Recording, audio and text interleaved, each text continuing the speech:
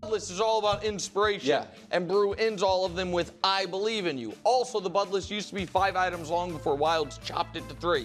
This is the top 5 things I simply don't believe in. Love it. Number 5, the Browns' belief in Deshaun Watson. I don't think it's there. So they had DTR already, their 5th-round pick from a year ago. They had Tyler Huntley, who was a Mac Jones honorary Pro Bowler once, where if you go to his Wikipedia page, it said he made the Pro Bowl.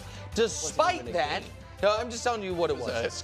Despite that, they signed Jameis Winston, who is known to be popular in the locker room, has succeeded intermittently throughout his career, but I think all of us agree could certainly step in and do something similar to what Joe Flacco did last year. So why did they do it? And I think they did it because they have no idea if Deshaun Watson, A, can stay healthy, and B, if healthy, is better than Jameis Winston. Now, obviously, the contract... I gotta pause real fast. I'm gonna let this clip play. But to act like that Jameis Winston can do what Joe Flacco did, Joe Flacco has been an established starting quarterback in the NFL for years, won a literal Super Bowl. Like, what are we talking about? Don't put Joe Flacco in the same conversation as Jameis Winston, who has struggled and suffered in every single aspect of his NFL career. That's insanity. So no. And the reason why you pick up a Jameis Winston like that is because that's one of the coaching philosophies, is go out and get a coach that was a quarterback, or I guess maybe just a player in general, that's a high prospect if you can get him for cheap. If he was in the past was a high prospect and you can get him for cheap, you always do it. It's why Sean Payton got Zach Wilson. It's why Shanahan went out and got Sam Darnold, and then now Kevin O'Connell got Sam Darnold. Like it's a coaching philosophy that you do. So it's just kind of a way to cover your bases, have an ultra security blanket or safety net. So this idea that this is just like a big thing is just absurd to me. So I just wanted to like shoot that down right off the bat. Is the contract, but after this season, there are only 2 years remaining on it. And I don't know that Kevin Stefanski, the 2-time coach of the year, wants to tie the rest of whatever his tenure is there to Deshaun Watson. So the fact that Jameis is there and the fact that Deshaun is still not 100% makes me think any sales the Browns are trying to tell us that they're all in on Deshaun Watson, I simply don't believe you. The number 4 storyline that I don't believe you, everything's copacetic in Philadelphia. Jalen Hurts and Nick Sirianni, they rode on a golf cart together with Big Dom, and it's all good.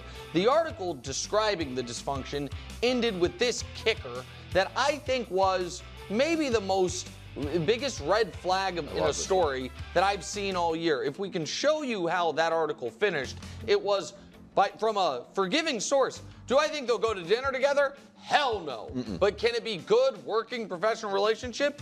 But it can be a good working professional relationship. And I don't think it's hatred. All right. That ain't great. No. And we know what we know about these two guys' personalities.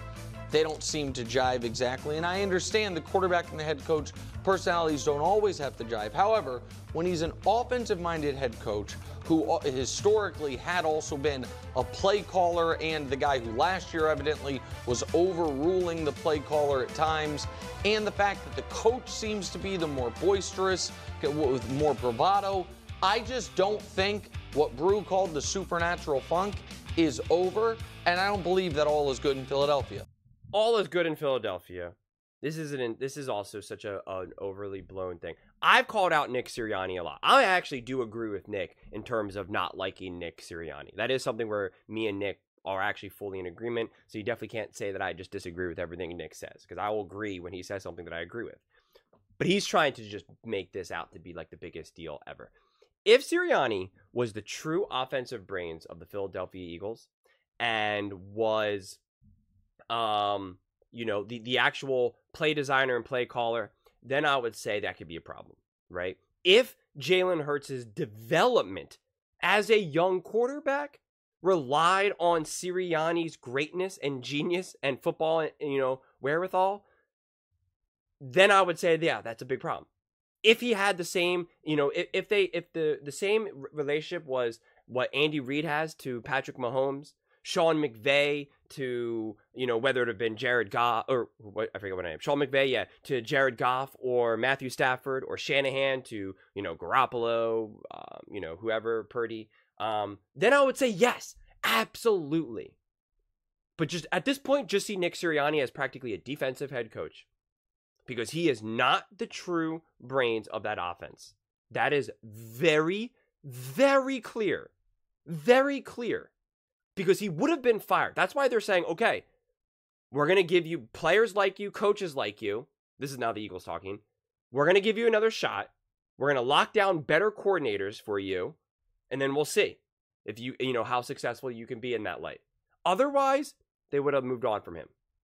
They would have moved on from him. The Eagles are incredibly aggressive and proactive. When they reach the conclusion that Doug Peterson is not all that, he won a Super Bowl, there's a statue of him, the owner wrote the foreword in his book and they said, goodbye. The Eagles are incredibly aggressive and proactive. Okay? So if they truly felt that this was an issue, they would have moved on immediately. They know this roster that they have.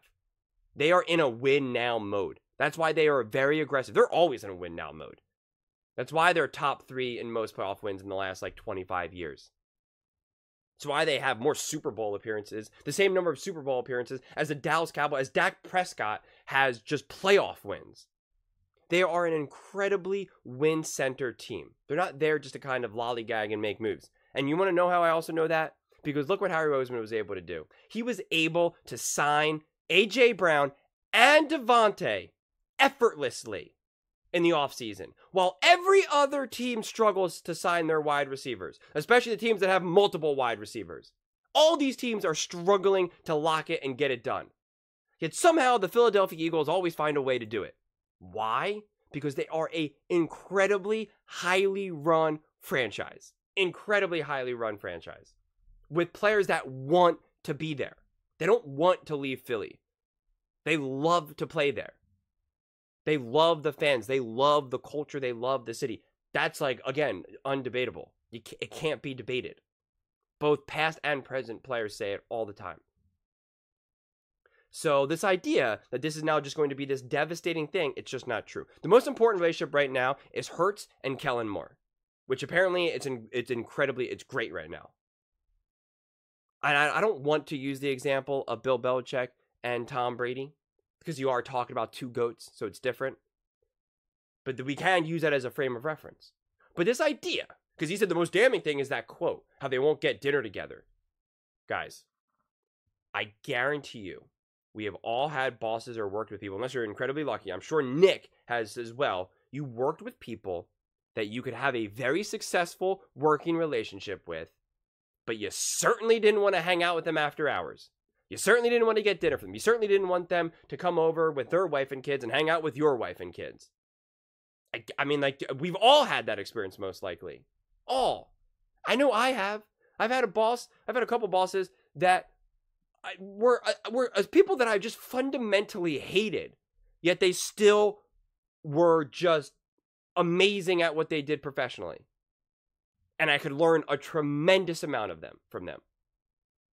My own coaches, I don't even know why I'm using work as an example. I would just use my own coaches. I've had coaches who were absolute monsters, who if I saw right now, I still have daydreams about what kind of, bumping into them and just being like, you're a monster. I didn't have the courage to say this before, but you are an awful human being. And yet they still got the best out of me. And I soaked up everything they had to say. So, yeah. It's just to try to overemphasize this as just this massively glaring issue, I just think I think it's insincere. And I just don't think it really makes a whole lot of sense. I'm on the fence right now if I'm going to continue with this clip. I think since this clip has already gone long, and I think they've only done the first 2, so there's now another 3, I'm going to cut this clip long. There's been a lot of interesting things to kind of unpack. So I'm just going to cut this clip here. I'm going to post this at the exact same time. So if you see this and you're like, well, wait a second, I want to see what the other 3, if you're watching this, it's already posted. Just go to the homepage or whatever, and you'll see. And for the other 3, I don't know what they are, so I don't know what the topics are, but I feel like this kind of turned into a longer Philadelphia Eagles video. So I feel like maybe just keep it that, and then I can kind of do the other 3. But yeah, those are just my thoughts in terms of Jalen Hurts and Nick Sirianni and the Eagles, and I guess a little bit of the Cleveland Browns and Deshaun Watson. So either one of those, whatever you wanted to talk about, let me know. Do you think Deshaun Watson can actually step up and be successful with the Cleveland Browns? And do you think the Hurts-Sirianni relationship is just going to continue to be a disaster? You know, the anti-Bud list for the Philadelphia Eagles, according to Nick Wright. Let me know in the comments below. I read every single comment, so whether you agree with me or disagree with me, either way, let's get in some discussions, let's get in some fights, but ultimately, let's just have some fun. And please do consider subscribing. We are building an amazing community here, and I would absolutely love to see you part of it.